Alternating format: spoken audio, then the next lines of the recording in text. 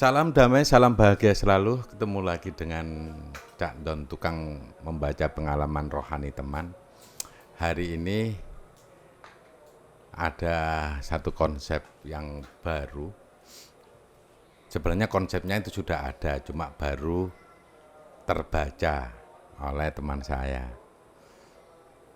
Dapatnya hari Selasa 22 Maret 2022 pukul 9.00 WIB. Kalau dilihat waktunya nggak mesti nulisnya ya. Jadi teman saya ini nggak mesti, kadang-kadang jam 1, kadang-kadang jam pagi banget. Ini daripada apa jenenge nggak ada kerjaan, paling baru mbah-mbah itu ya. Kronologi, saatnya untuk membuka cabang konsep selanjutnya. Jadi teman saya mencoba menghilangi identitas dirinya, makanya nggak ada saya-sayanya. Di antara cabang konsep yang belum terbuka, yang terpilih adalah cabang konsep pandangan yang kabur menjadi tidak kabur.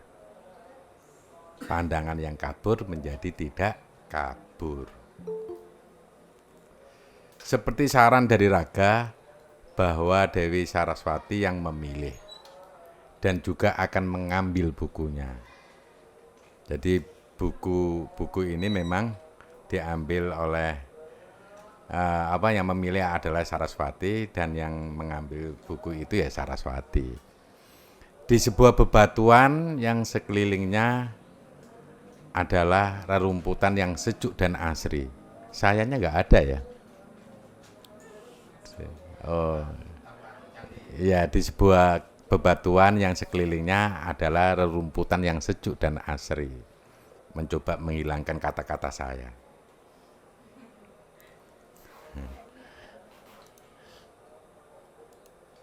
Dewi Saraswati berhadapan-hadapan dengan Panglima Langit dan Bumi. Panglima Langit dan Bumi mengatakan, kita seringkali berjumpa, namun kita belum saling mengenal dekat satu sama lain. Saya dulu di langit, sayanya siapa? PLB, Panglima Langit dan Bumi. Saya dulu di langit pernah membaca tentang alam dewi. Saya sendiri pernah diundang di alam dewa sebagai perwakilan dari langit. Nah, ini menjadi satu pertanyaan buat kita, seorang PLB untuk masuk ke alam dewa itu dapat undangan untuk masuk ke alam dewa. Nah, itu sebagai perwakilan dari langit. Ya, ini kadang-kadang di kita sendiri, terutama orang yang beragama Islam, ada tidak sih alam dewa itu? Kalau menurut percakapannya Saraswati dan Panglima Langit dan Bumi, ternyata di situ si Panglima Langit dan Bumi pernah diundang di alam dewa. Berarti alam dewa itu ada. Cuma kita masih belum pernah ke sana, atau pernah ke sana tapi nggak tahu bahwa itu adalah alam dewa. Di alam dewa terdapat sebuah acara besar mengundang beberapa perwakilan alam. Jadi ada perwakilan alam di sana diundang di alam dewa. Dan 2 delegasi dari langit dan bumi. Orang yang jadi alam dewa itu di mana? Ya nggak tahu, cari aja, ketemu Tuhan dulu, mau diantarkan di alam dewa. Di dimensi dewa, dimensi alam dewa. Walaupun nanti di akhir zaman banyak dari perwakilan alam dewa, beberapa yang harus turun ke bumi. Mungkin di alam malaikat ada yang turun ke bumi. Orang-orang yang di langit juga akan turun ke bumi pula. Saat itu terdapat sebuah acara penyatuan power para dewa-dewa. Jadi diundang pas acara penyatuan power para dewa-dewa. Terdapat sebuah acara untuk memperbesar power dewa. Maka power tersebut harus disatukan di seluruh alam dewa. Saya menjadi saksi. Siapa itu? Panglima Langit dan Bumi. Saya menjadi saksi sebagai undangan dari Dewa Langit. Dewi Saraswati merespon, oh iya, para dewi saat itu juga ikut memeriahkan acaranya.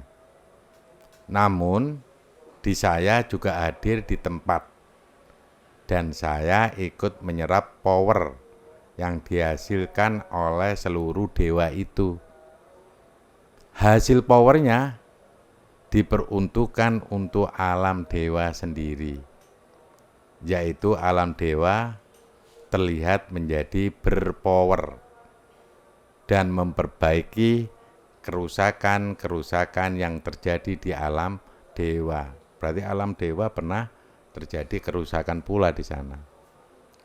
Yang berpenyakit biasanya tersembuhkan. Aliran yang tersumbat menjadi terlancarkan. Pada saat itu banyak dewa yang menggunakannya untuk membuat sebuah keturunan.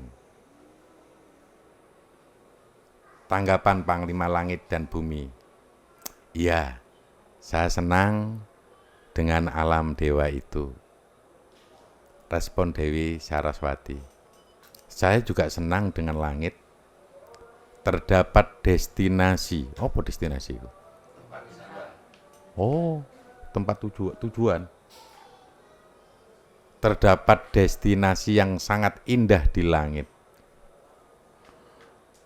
Serta saya juga mempunyai banyak relasi di sana. Jadi alam lain punya relasi di alam dewa. Namun sekarang kita akan memperbanyak relasi kita pada raga Bone. Karena di Bone itu juga alam yang sangat luas. Ucap Panglima Langit dan Bumi. Dewi Saraswati menjawab, ya, manusia itu memang alam yang luas. Saya telah memilih cabang konsep yang akan kita baca. Mungkin ini bisa membantu teman-teman mendapatkan fasilitas pandangan yang kabur menjadi tidak kabur. Mau dikasih obat kali ya? Ya, dibaca saja, dibuka saja. Tugas kita kan membukanya. Siapa tahu akhirnya power ini bisa bekerja terus. Saya menyatu dengan Panglima Langit dan Bumi. Dewi Saraswati mempersilakan Panglima Langit dan Bumi sebagai penunjuk jalan. Dewi Saraswati berpegangan di belakang baju Panglima Langit dan Bumi. Kaya wong apa? Dewi Saraswati berpegangan di belakang baju Panglima Langit dan Bumi. Oh, endel ini. Seperti dua orang sahabat yang sedang berjalan-jalan. Dewi Saraswati mencoba resek dan menyalip Panglima Langit dan Bumi. Resek piye? Nyalip itu ta. Mereka berdua sama-sama sedang membuka sebuah power tentang cabang konsep tersebut. Setelah keduanya sampai di hadapan raga, Panglima Langit dan Bumi mempersilakan Dewi Saraswati masuk terlebih dahulu ke dalam bone. Jadi ya raga itu ya nggak tahu masuk ke raga bone. Yang jelas raga bone ke dalam bone itu bonenya sudah ada di dunia. Tapi isinya ya banyak hal di sana mungkin. Ini kayaknya Panglima Langit dan Bumi. Berarti ya awakmu ya melok nang ya. Mlebu ta? Oh, kamu masuk di Panglima Langit dan Bumi. Jadi teman saya hanya menceritakan keadaan masuk di Panglima Langit dan Bumi. Jadi dia tidak menceritakan. Kalau ada dialog ya mungkin dialognya Dewi Saraswati atau Panglima Langit dan Bumi. Setelah itu Panglima Langit dan Bumi tiba-tiba di ruangan tersebut dan Dewi Saraswati menyalakan satu saklar lampu. Berarti bisa dicetak no. Berarti mlebu masuk di dalamnya itu ternyata lampu itu bisa dinyalakan. Itu tempatnya di mana arus listriknya itu? Itu pakai apa itu? Iya. Ya nggak tahu kok bisa seperti itu. Boleh jadi di era modern itu maksudnya ini. Kemudian lampu menyala. Ternyata saklar atau tombolnya ada banyak. Dewi Saraswati mengatakan, saya kira hanya satu ini saja. Ternyata banyak. Sambungan kemana ya kira-kira? Panglima Langit dan Bumi merespon.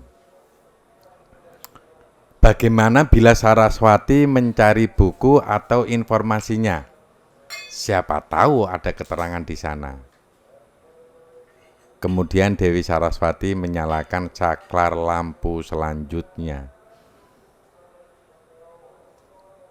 Padahal nggak ada lampunya. Atau kamu memang nggak melihat? Memang nggak ada lampunya ya, tiba-tiba gitu terang ya. Jadi mungkin lampunya menyatu di ruangan atau apa itu? Menyatu tembok, nggak sempat terobservasi karena mungkin kamu sendiri fokus pada perjalanan mereka berdua itu ya. Iya, akhirnya nggak nampak. Ya mungkin teman-teman bisa mengangan-angan kayak apa. Mungkin di akhir zaman mungkin sosok raga itu sudah disetting begitu canggihnya mungkin ya. Canggih itu cangkeme nggih.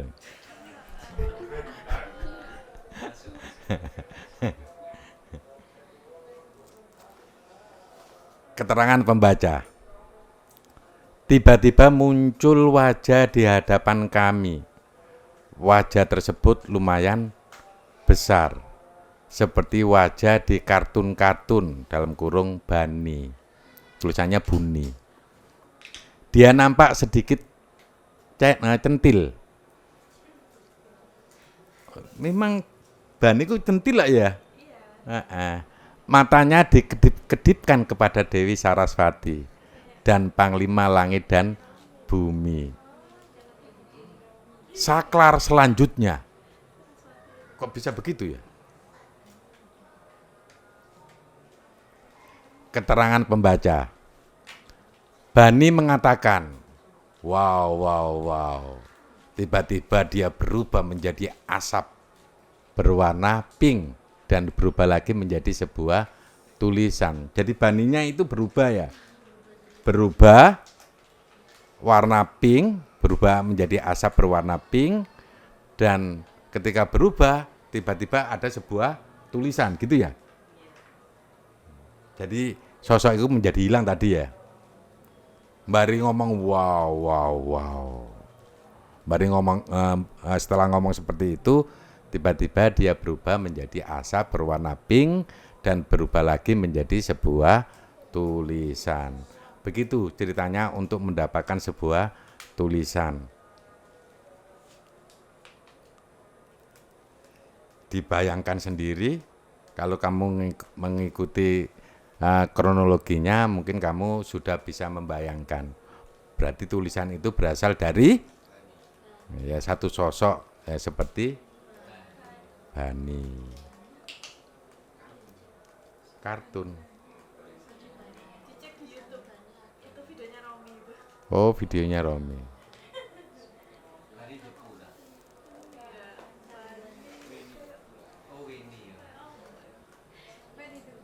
Baru ada sebuah tulisan dengan judul Sejauh mata memandang, di sana ada sebuah ilmu.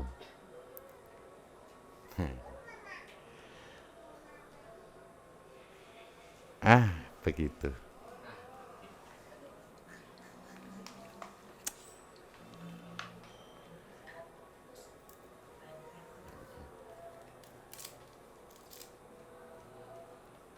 Diangen-angen dulu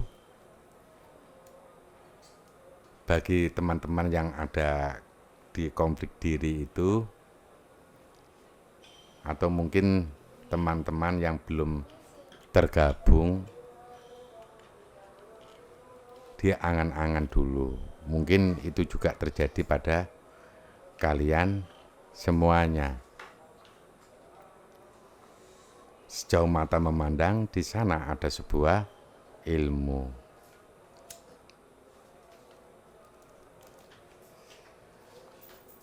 Setiap ciptaan pasti dapat melihat. Ya, setiap ciptaan pasti dapat melihat. Entah yang dilihat menggunakan mata jasmani ataupun mata rohani. Berarti orang buta secara jasmani masih punya penglihatan mata rohani. Cuma kadang-kadang disangkal sendiri, itu bukan penglihatan. Berarti penglihatan itu ada penglihatan jasmani, ada penglihatan rohani. Atau bahkan tidak menggunakan keduanya. Ciptaan masih dapat melihat loh. Atau bahkan tidak menggunakan keduanya. Ciptaan masih dapat melihat. Bertanya-tanya ini, tidak menggunakan mata jasmani, begitu juga tidak menggunakan mata rohani. Bahkan kedua-duanya tidak digunakan tapi masih dapat melihat. Itu yang kayak apa? Kita ikuti kelanjutannya aja. Saya juga belum tahu kelanjutannya, saya belum membaca ini. Baca sekarang ini. Untuk tukang baca berarti ada satu kesempatan mendapatkan wawasan juga. Jika ciptaan diberikan sebuah bagian dirinya, diri penciptanya di dalam, tentu bagian pencipta itu yang pasti akan memanfaatkan dirinya untuk melihat. Oh, berarti ketika orang itu tidak menggunakan mata jasmani dan mata rohani, justru mata Tuhan yang bekerja di sana. Atau mata penciptanya, menggunakan mata penciptanya. Nah, ini perlu diangen-angen, yang kamu yang punya konflik itu ya. Setiap penciptaan, bagian-bagian dari tubuh yang diciptakan selalu diberikan fasilitas untuk melihat. Kalau dalam skala besar, orang itu tidak bisa melihat secara jasmani, tidak bisa melihat secara rohani. Sebenarnya ada bagian-bagian yang bisa digunakan, bagian diri dari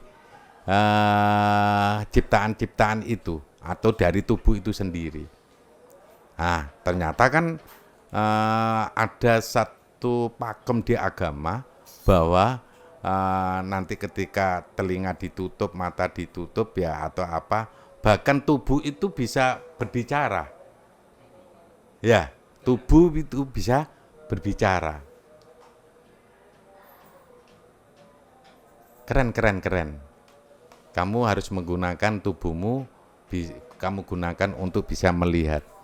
Tidak hanya merasakan aja. Tapi ini perlu latihan berulang-ulang. Jika tidak mendapatkan fasilitas yang demikian, ciptaan tersebut akan sulit menjalankan kehidupan. Jika tidak mendapatkan fasilitas yang demikian, fasilitas apa?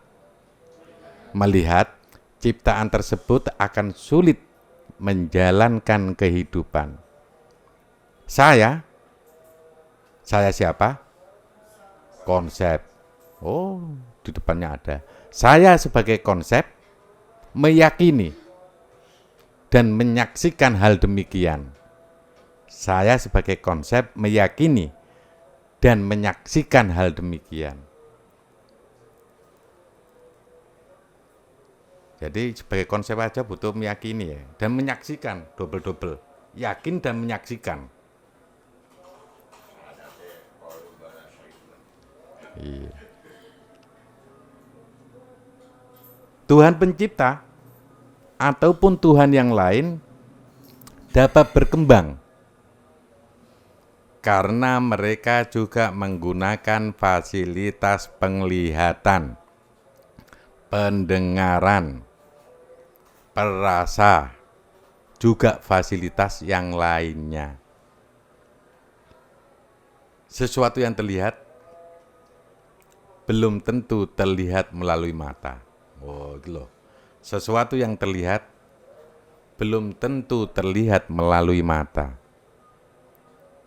Dia juga dapat terlihat melalui perasa. Mungkin teman-teman, saya nggak melihat, tapi perasaan ada sesuatu di situ. Bahkan kok rasa-rasanya itu merah ya? Rasa-rasanya ada yang ngomong. Nah, gitu. Nah, itu sebenarnya dia melihat. Dia juga dapat terlihat melalui perasa. Bahkan indera pendengaran pun dapat memberikan sebuah visualisasi atau gambar. Indera, coba kamu mendengarkan, tiba-tiba itu kan ada visualisasi tidak? Itu gunakan pendengaranmu, kamu bisa melatih visualisasi. Satu contoh ketika kamu mendengarkan sebuah lagu, coba diem, dengarkan, masukkan lagu itu. Mungkin orang-orang tertentu langsung tahu ada sebuah gambar tiba-tiba. Cuma kadang-kadang yang beginian nggak dipercaya sama orang, bahwa itu penglihatan juga. Nah, bagi teman-teman yang lumayan sulit, coba kamu diam, dengarkan lagu, di situ nggak tahu nanti tiba-tiba ada sebuah gambar. Jadi perasa itu bisa, pakai indera pendengaran itu pun bisa.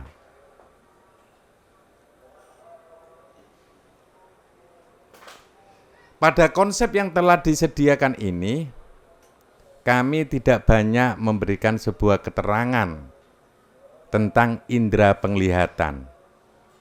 Melainkan, konsep ini akan membantu terbukanya wadah ilmu pada setiap ciptaan. Melainkan konsep ini akan membantu terbukanya wadah ilmu pada setiap ciptaan. Jadi harusnya ini bisa difahami, kalian mulai percaya apapun penglihatan itu dari mana asalnya. Karena dengan seperti itu Tuhan bisa menyampaikan ilmunya dengan indera yang berfungsi indera. Kayak indera perasa, pendengaran itu ternyata bisa menghasilkan visualisasi.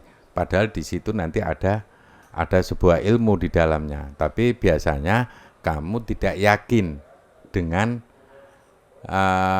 visualisasi yang diberikan. Harusnya kamu ceritakan apa adanya. Mungkin ketika kamu bercerita, orang lain akan mendapatkan sebuah ilmu di situ. Makanya konsepnya di sini kan ketika kamu saf-safan itu pakai jurus pokoknya. Yang saya rasakan itu ya ada satu gambar, apakah ini halusinasi, apakah ini ilusi, apakah ini imajinasi, apakah yang lain, enggak peduli, ceritakan aja. Boleh jadi ini Tuhan memberikan ilmu melalui yang saya sebutkan tadi. Melalui indera. Bukan indera, melalui apa aja. Saya setuju, Pak.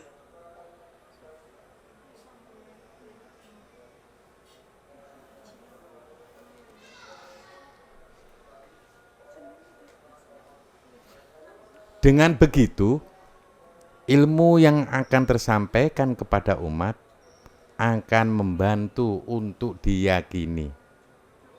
Dengan begitu, ilmu yang akan tersampaikan kepada umat akan membantu untuk diyakini. Ketika itu kamu sampaikan, ternyata itu bisa membantu yang lain. Walaupun kamu sendiri nggak yakin, tapi mungkin temanmu bisa menjelaskan apa yang kamu lihat, yang tidak melalui indera penglihatan. Bisa juga seperti itu.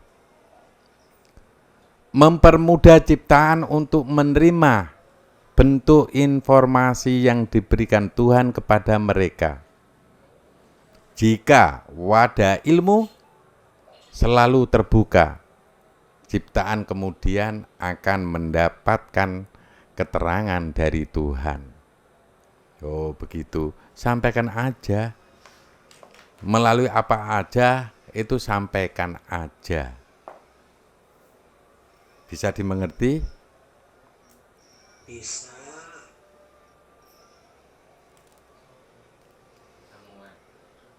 Berikutnya, ada judul lagi, di situ saklar selanjutnya. Mesti mitek dah. Oh, baru keluar sinarnya. Oh, jadi kan lembar selanjutnya, tapi ini saklar selanjutnya. Jadi kalau melaku-melaku untuk saklar. Oh, sebelah saklarnya. Ini sudah selesai, dipita lagi. Jadi sosok itu disaklar terus, metu anune ya. Oh iya. Nah, baru disaklar, oh ganti anu halamannya. Oh sentek, kok nduduno menunjukkan tulisannya lagi. Ketara. Sing gawe konten iki mesti wong Jawa. Bukan. Ya, kayaknya seperti itu.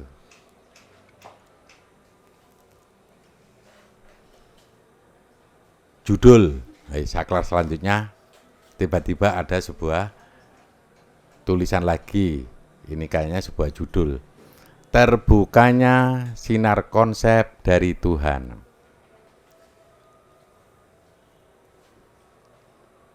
Diangan-angan dulu judulnya.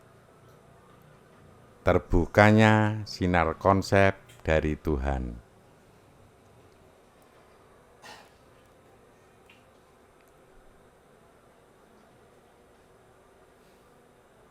Selamat bagi kawan-kawan yang telah melakukan perjalanan menuju kepada Tuhan. Nggak tahu kok ada bahasa ini ya, selamat bagi kawan-kawan yang telah melakukan perjalanan menuju kepada Tuhan. Walaupun Tuhan bermacam-macam, saat kalian telah sampai pada tempat kalian, itu berarti kalian juga sedang mengambil sebuah fasilitas untuk kalian manfaatkan. Itu sampainya di mana itu? Ya tempat kalian itu berarti tempat kalian kan sebenarnya sebagaimana kalian dikonsep. Ada yang dikonsep di akhir zaman harus ketemu bone, tapi belum ketemu bone. Berarti yang sudah melakukan perjalanan dan ketemu bone, apakah yang seperti itu tempat kalian? Masih belum tahu ya. Itu berarti kalian juga sedang mengambil sebuah fasilitas untuk kalian manfaatkan. Biasanya menuju bone itu mengambil fasilitas. Di sananya di mana? Boleh jadi bone ya, atau di tempat kalian ya. Di sana Tuhan akan banyak memberikan ilmu-ilmunya kepada kalian,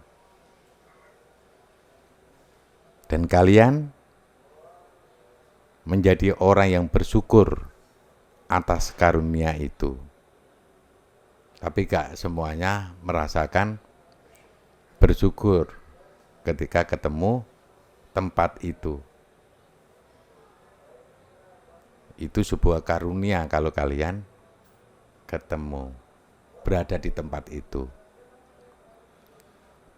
Tuhan ingin kalian mengenal dirinya, sehingga Tuhan akan memperkenalkan diri. Wes, sudah sampai di tempat itu, sebenarnya Tuhan ingin memperkenalkan dirinya.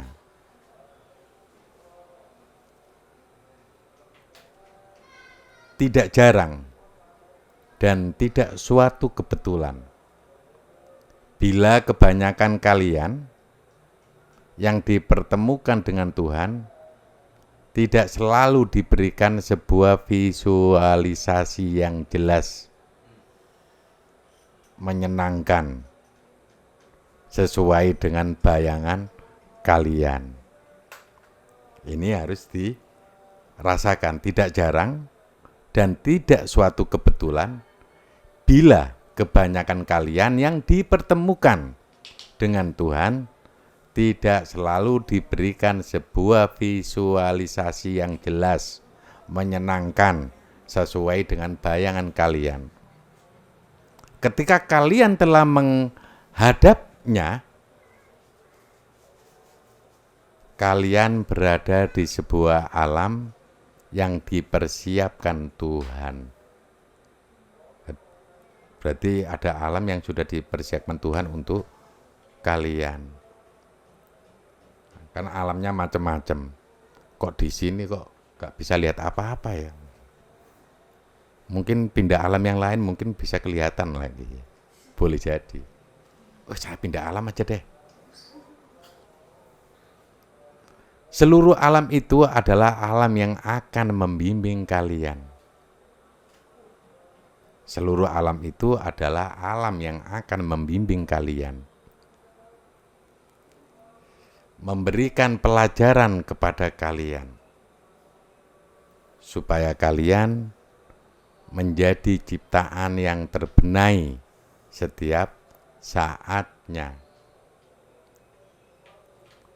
Berarti alam itu memang alam untuk membimbing kalian ya. Ya ada banyak pelajaran di sana. Harapannya kalian terbenahi. Jangan konflik dengan visualisasi. Terkadang pula Tuhan menunjukkan aneka kreativitasnya untuk kalian.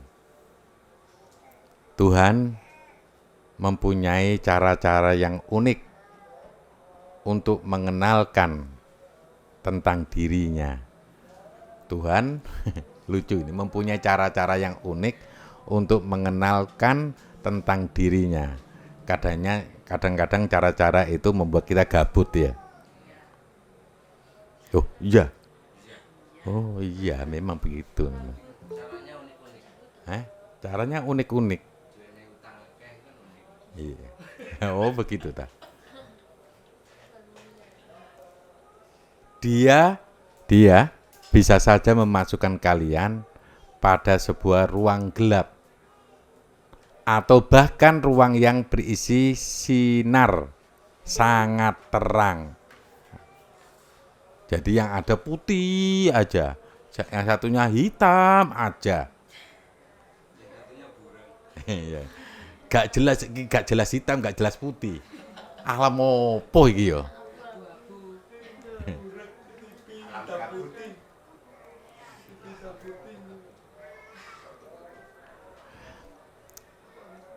Persilakan diri kalian untuk menerima ilmu yang diberikan Tuhan. Ketika terlanjur terang, nikmati terang itu. Diam dan dengarkan. Ya. Atau di alam yang gelap, diam dan dengarkan. Mungkin ada sebuah ilmu.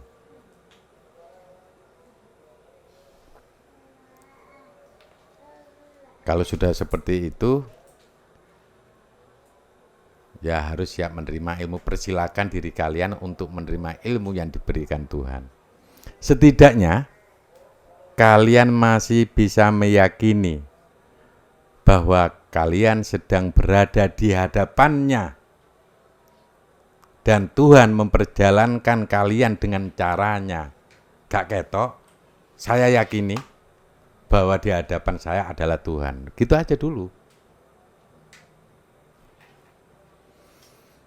Memandang Tuhan adalah sebuah kebahagiaan tersendiri. Nek nurut konsep ini, tapi kan nggak semuanya bahagia. Tuhan macam apa ini? Nyuruh yang aneh-aneh. Wajah Tuhan bukanlah wajah yang haram untuk dilihat. Loh, haram melihat Tuhan. Ini loh, wajah Tuhan bukanlah wajah yang haram untuk dilihat. Nah, kalau kamu dikasih penglihatan, mestinya kamu melihat Tuhan itu pun nggak apa-apa. Tidak lagi, wajah Tuhan bukanlah wajah yang haram untuk dilihat. Justru wajah Tuhan adalah wajah yang sangat merugi bila kita tidak menyempatkan diri. Dalam kurung, bagi yang belum melakukan pertemuan dengan Tuhan, untuk melihat wajahnya.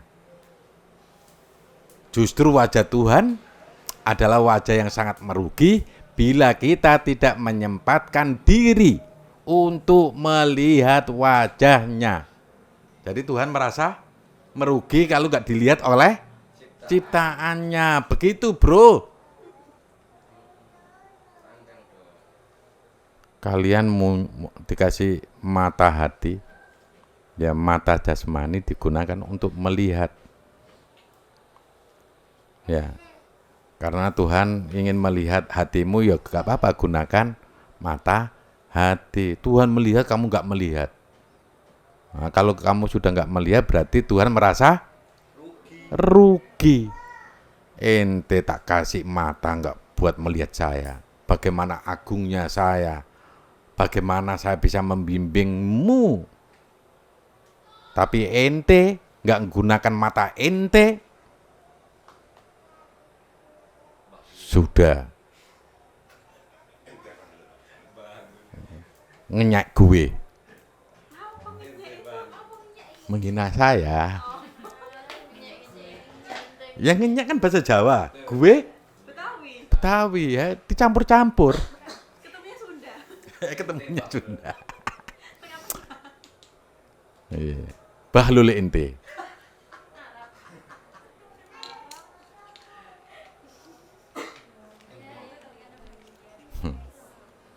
Ada iki wong Jawa, kenapa menggunakan gue? Iya. Oh iya Jawa juga, tapi nggak mau. Saya orang Sunda, bukan orang Jawa. Emang wilayah lo? Ya sudah, ini Sarah, nggak perlu saya teruskan. Kan wilayah lo di Indonesia, ya begitu ya. Kamu mau mengatakan dirimu Jawa atau tidak? Mengatakan dirimu Indonesia atau tidak ya? Yang jelas kita satu nusa, satu bangsa, satu bahasa. Tapi saya masih menggunakan Jawa, gak cocok ini berarti. Sudah, jangan ngomong yang Sarah. Wong yang DPR ngomong Betawi aja atau bahasa Sunda aja bisa dilaporkan.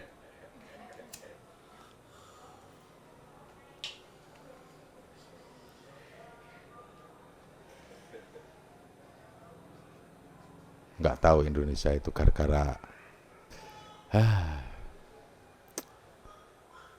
katanya dari Sabang sampai Merauke berjajar pulau-pulau sambung menyambung menjadi satu, itulah Indonesia.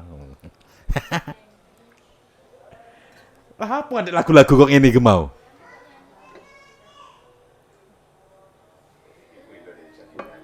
Hidup Indonesia.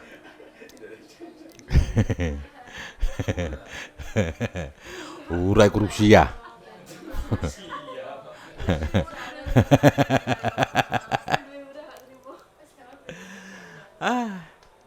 Namun bagi yang telah melakukan perjumpaan dengan Tuhan, wajah Tuhan bisa menjadi sebuah hiburan. Ketemu Tuhan, ya Allah, ternyata wajahmu segini, ternyata wajahmu tidak seganteng wajah saya.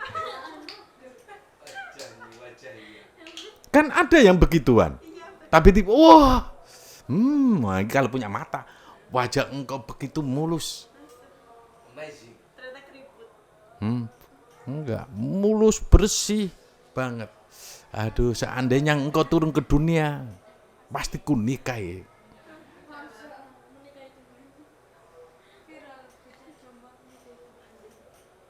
Cuma Tuhannya mau enggak? Iya, pertanyaannya kan begitu.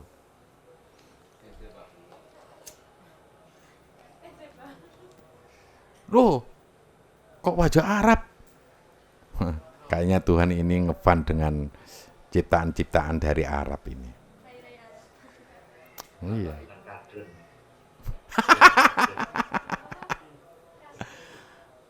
Iya, nggak tahu. Kok sudah kayak kita yang di Islam itu kayaknya sudah Tuhan itu wajahnya kayak wajah Arab gitu aja kayaknya. Tapi tiba-tiba kok wajah Jawa ya? Berarti awakmu kurang kenal ajaran Arab. Nek kurang kenal ya wajahnya Jawa. Ya enggak juga sih.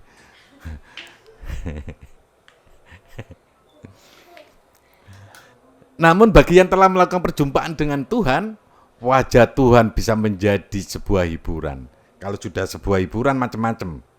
Ya, bisa ganteng, bisa apa ya, membuat kita terkejut, bisa berupa orang-orang yang tidak kamu sukai. Gak menyenangkan berarti ya? Enggak hiburan nih berarti.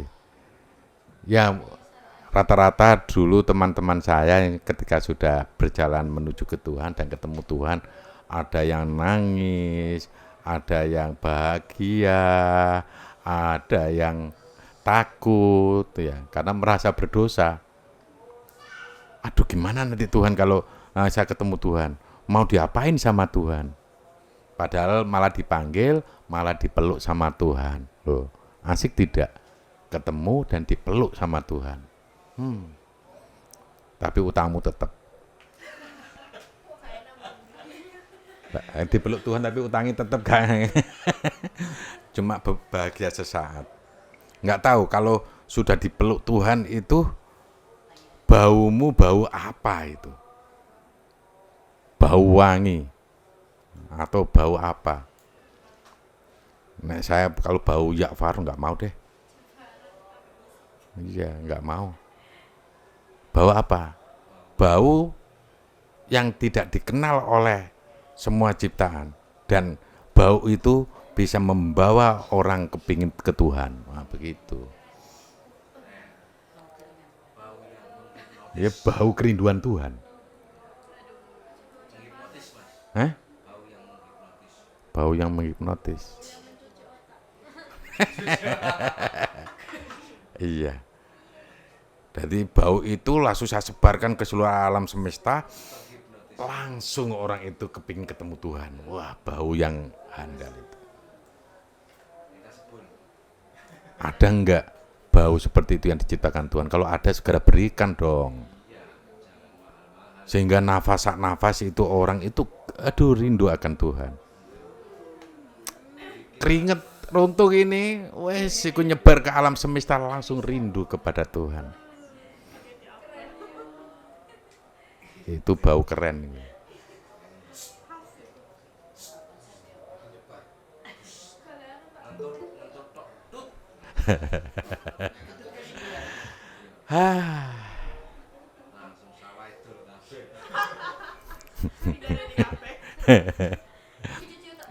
Iya itu.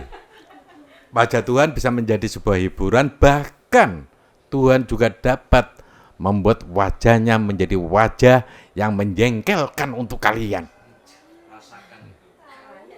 Ketemu orang yang dibenci. Bukan liyane ta. Kan ada wajah yang menjengkelkan. Kamu lagi bermasalah, ternyata Tuhanmu wajahnya ngapain lu kesini?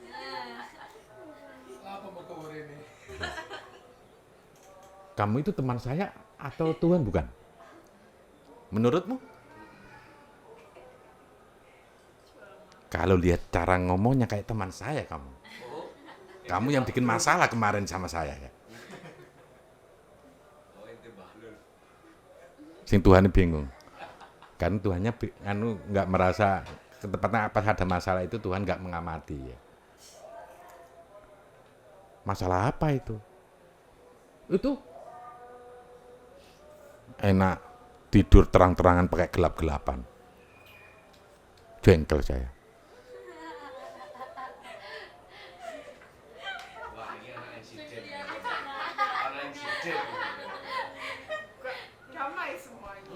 Tenang, kalau kalian kepingin nanti ke tempat terang, sebelum tidur cari tempat yang lampunya nggak dimatikan.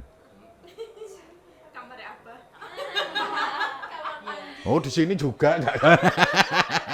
Mosok kate mateni. Dimatikan. Oh iya, subuh. Iki mau copo saut-sautan. Oh iya, betul. Nah, tidur di situ berarti.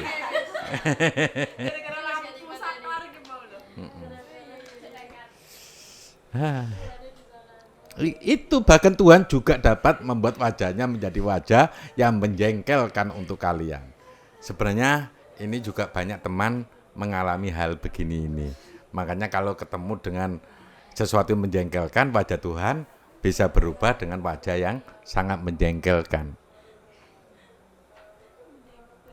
Menjadi wajah yang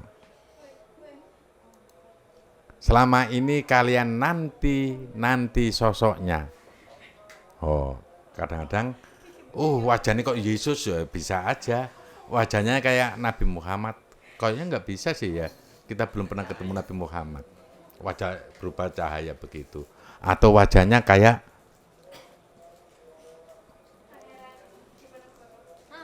siapa enak ya? Saya katanya menyebut Habib Rizik gak enak ya. Oh, bisa juga. Seperti Habib Rizik ganteng ya. Oh iya. Mbari ngono, enek wajah yang kamu nantikan kan? Kita selama ini kepingin dikunjungi misalnya begitu. Wajah Jokowi, jret. Ini kan wajah yang dinantikan. Anakku, tenang. Sepedanya Pak Jokowi. Lu aku dudu Jokowi, Rek. Saya ini Tuhan kalian cuma sama dengan wajahnya Jokowi. Iya kan wajah, lihat Pak Jokowi kan langsung ingat BMX itu apa? Sepeda. Pabrik sepeda iku. Wong njaluk mesti kan dikai. Iya. Nah, nek wajah itu kayaknya kan menjadi wajah yang familiar, wajah yang suka memberi kayaknya ya. Begitu. Lah apa ada yang endorse Jokowi ya? Kayaknya. Hah? Oh ini contoh. Salam damai Pak Jokowi. Dari orang yang tidak sampai kenal. Boleh jadi sampai kenal karena kalian sudah mengirimkan wajah saya di mimpi sampean ya.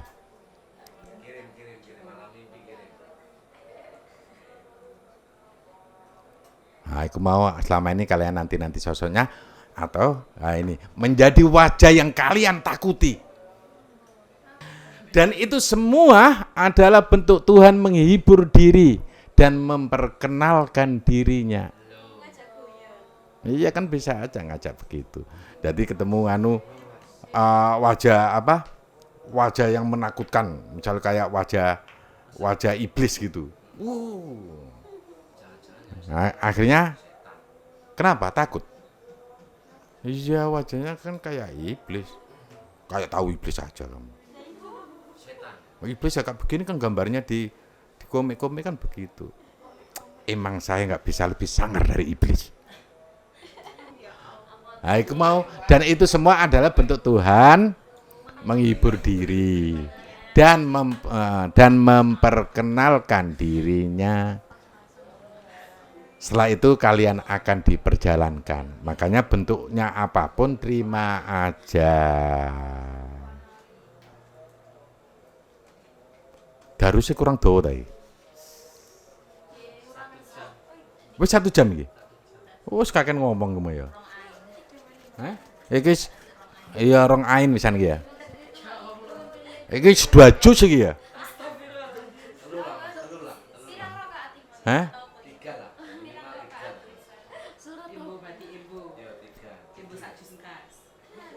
Wis sakmono ae.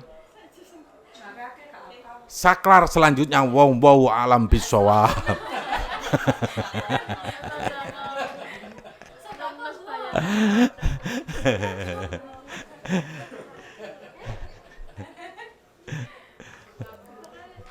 Semoga hari ini kita membaca dengan santai ya.